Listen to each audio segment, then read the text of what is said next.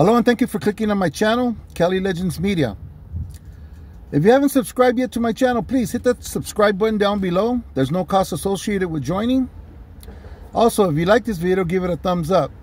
If you don't like it, give it a thumbs down. Your opinion is very much appreciated. Also, hit that notification bell so you'll be notified whenever a new video drops. Okay, so let me get right into this video. Hopefully, the lesson to this video nobody ever really needs to use, because of course our goal as free men, as family men, and as citizens of society, our goal is to stay free and to continue to be able to exercise our rights as citizens, so that they're not taken away when we become state property, so that we don't put these kind of burdens on our family to have to send us money or packages so that to help us survive in prison, you know, to have extra food, to have a good pair of shoes and stuff, and instead be free men and help our families whenever they need us and be here to support them. That being said, if ever a bad decision is made, you end up in prison, I'm going to make a very, very powerful suggestion to you right now.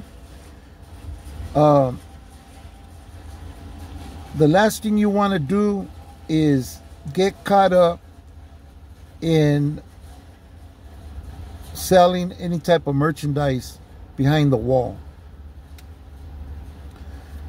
Things are much different now than they were for the past 30 years. You know, if you did time in the past, not even 30 years, because let's say if you did time between 1980 and 2000, things were very different during that era, you know. But since they've let everybody out of Pelican Bay and out of the back, the different SHU programs, the secured housing units, and these guys have made it back on the main line, the situation has changed in a big way, okay? But back when I was in there, they weren't there, and we were doing things. My neighborhood was doing things. We were getting a little some and moving it there on the yard. Now, we were able to do that because one of our homeboys had opened the door for us to do that there on that yard. He's no longer with us. He's since been unalived. And just with that being said, at that time we were doing our thing. And when you get into this business and people don't pay you, you need to react. You need to do something, you know? You can't just be letting people rip you off, you know?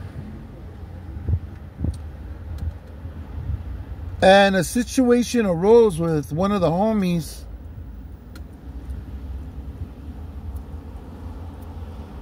And he wasn't able to pay when he said he was able to pay. I gave him a grace period. He still wasn't able to pay. He was just dragging his feet like it wasn't important for him to get at me and get straight with me. So I told my Sally, who was a lifer, he had been in the system since he was 15 years old. And he was in his mid-20s. And I told my Sally, I said, man, if this fool don't get right with me, man, I'm gonna either bring him in here or we're gonna go in his cell, and I'm gonna handle this shit. Well, my Sally took it upon himself, because he's seen me. When I say something, I mean what I'm gonna do what I say I'm gonna do. And he took it upon himself to go talk to the guy who at the time had the yard. So I'm in the room where they give out the gym equipment, not the gym equipment, like the basketballs, the boxing gloves, stuff, you know, equipment that you use out in the yard. I'm inside that little office there. And my Sally walks up to the window with the guy who has the yard, right?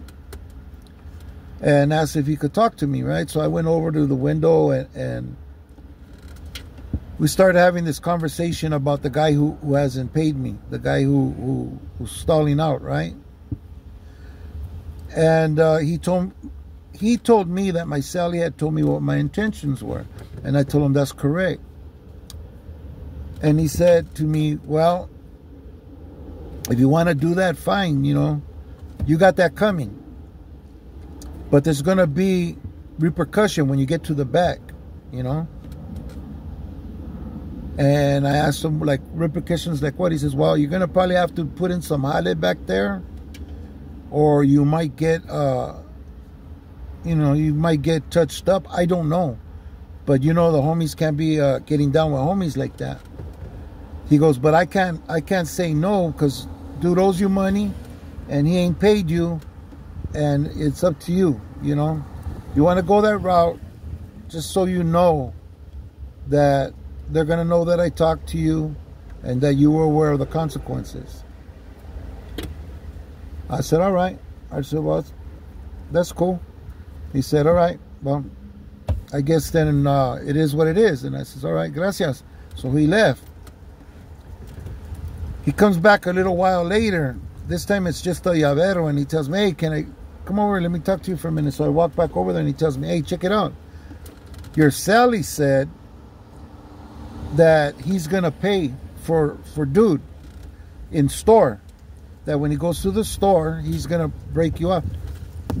And I thought to myself, shit, everything my Sally brings back is half mine. Everything I bring back to the cell is half his. That's just the way we do it. You know, whatever I bring in is his. Whatever he brings in is for me. It's for us. So how am I benefiting by him just sliding over half of his store? It's still for us, you know. I told dude, no. I says, that's not gonna, he can't pay like that. That's not gonna work. He says, yeah, but they're homies. I go, but it doesn't matter. You know, that's my Sally, you know. I says, nah, I says, let's just move forward with what we talked about. He says, all right, that's up to you. I mean, I'm just trying to make things, you know, let everything feed me, you know. I says, well, I don't think that idea is not feeding to me, you know, nah, Charlie. So anyways, he leaves. And he comes back again. And this time, this is the third time now that he's come to talk to me about this, you know. I know that he doesn't want this to go down on his shift, you know. He don't want this to happen. But he understands that I want to get paid, right? So he tells me, he says, look, hey, homie, do me a favor, yeah? How about if dude's making a batch right now? How about if he gives you some, you know, some Pruno, some wine? And I tell him, look, I appreciate what you're doing. I know you don't want this to happen, you know. But he doesn't say nothing. I go, but it's only right. Homeboy's got to pay me, you know what I mean? Now, this wasn't hot money. This wasn't money that had to get somewhere. The money that had to get somewhere through my homeboy was already taken care of by another homie. I wasn't involved with that.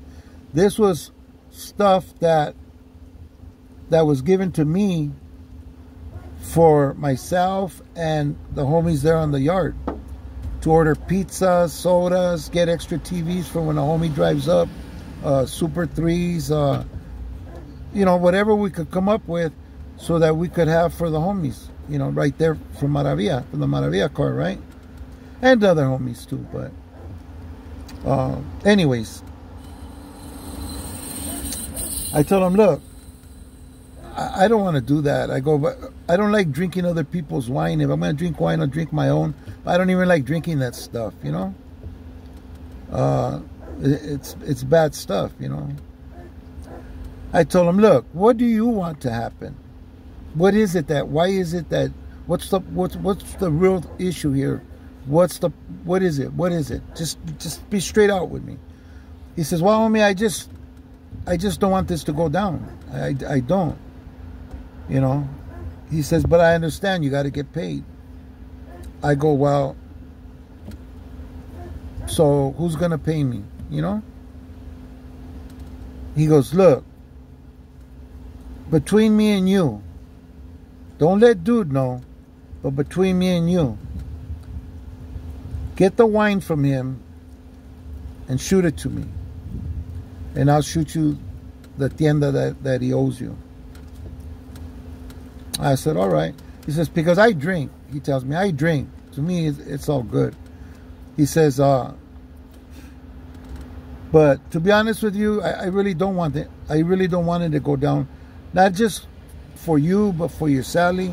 Your Sally don't want it to go down, you know. And me, myself, he tells me, me, myself, I'd rather it not go down like that, man. You know, your Sally's firme. I really don't know you, but, you know, you've been there chaos, you know. And so has dude, you know, but he's got a drug problem. He says, so I'm going to help him out, just between me and you. Just accept the wine from him, you know, and then just shoot it to me. I said, all right. So everything went smooth, you know. He gave me the wine, you know, after some discussion with him, you know, that he understood that a paro was being done for him, you know, and that I wasn't dealing with him anymore. But regardless, dude got his wine, I got my store. Everybody got what they wanted out of the situation. But my point is this. If all that didn't happen, what was going to happen was we were going to go in a cell, you know, like two gallos, and go at it, you know. I could have lost my life and or been physically injured for life, or dead, unalived, and him too, over a very small amount of money, you know. It wasn't the money, it was the principle of the thing. I highly recommend nobody to get involved with anything like that, because if you don't get paid, you got to do something, and it may be something that it's just not worth it. The trade-off was all bad. If I would have went in that cell with him, you know, there would have been heavy injuries inflicted, no doubt, you know, and it wasn't worth the amount of money that was owed.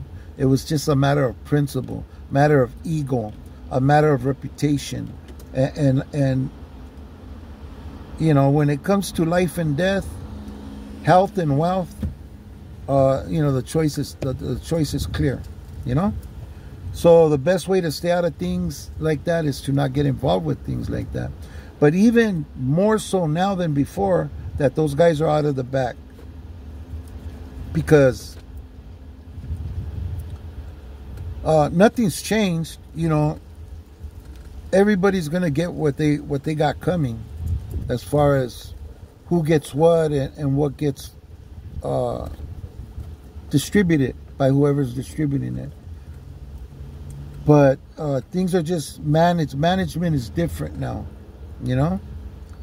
So that's the way it was back then in 2004. But I'm sure things are very different now that that management has changed and taken over on a hands-on level. Best thing is to don't get involved with anything. Go in, do your time, keep your nose clean, and make it back out to your family. So once you start dabbling and trying to make money and hustling in there, and you're getting involved with all this other stuff, your chances of getting back home diminished by the day, you know, just by the daily activities, depending what you're involved in. This being said, be careful. Advise your loved ones that are incarcerated.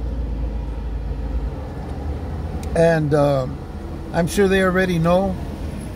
But a lot of times just getting some advice not to get involved and to make it back home to you, to their families that are out here, is enough to make them think twice. Anyways, this being said, thank you for watching this video. Stay strong, stay free, no matter what it takes. Stay out here, man, to take care of your families, your loved ones. And thank you for watching this video. Hope to see you on the next one. God bless you and your family.